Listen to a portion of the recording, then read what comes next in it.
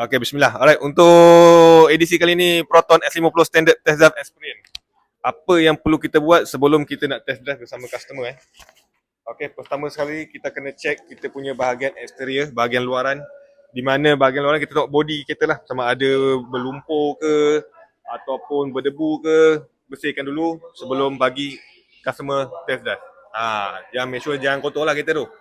Alright, kemudian tayar kena bersih dan good condition lah. Okay, kemudian tingkap dengan cermin mesti kena bersih. Tak nak ada berdebu ke, ada watermark ke Kemudian light dengan wiper tu, lampu dengan wiper kena dalam kondisi yang terbaik lah. Itu untuk bahagian luaran. Bahagian dalaman pula, interior mestilah kena bersih. Tak nak ada apa-apa kekotoran ataupun sampah. Biasanya saya jumpa dalam test drive tu ada price list lah.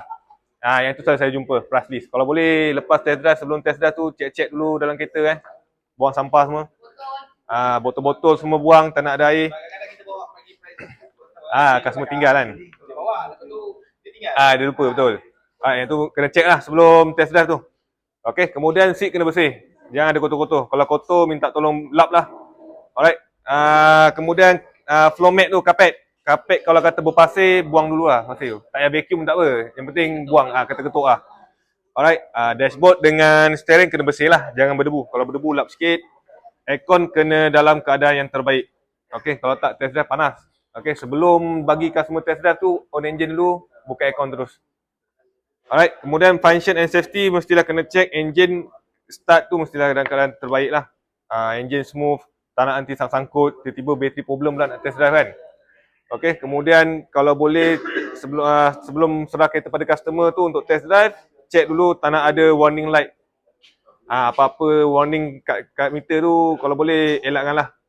Alright, brake dengan handbrake mestilah dalam keadaan function.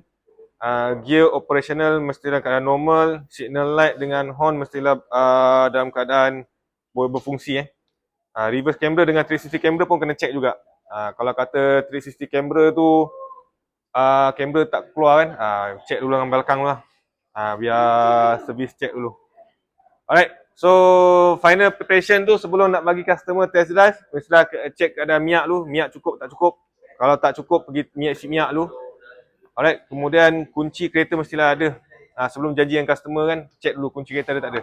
Kadang kita dah janji dengan customer nak test drive, kunci tak ada. Alright, kemudian test drive tu isi test drive form. Okay, kemudian ready untuk customer. Readykan kereta untuk customer lah. Alright, so itu sahaja sebelum kita nak test drive dengan customer. Minta check semua dulu kereta sebelum test drive dengan customer. Okay. Kemudian dah test drive tu nanti tanya soalan sikit dengan customer. Macam mana dia bawa kereta ni, okey ke tak okey ke. Alright, berminat nak masuk booking ke. Alright, kalau kata tak okey, bagi tahu apa yang tak okey, kita akan buat improvement lah. Okay, biasa tanya soalan tu, tanyakan soalan yes or no. Kemudian biar customer bercakap. Biar customer bercakap, biar dia bercakap tu kita dapat input lah daripada dia kan. Okay, itu sahaja sebelum kita nak serah kereta kepada customer. Okay, terima kasih.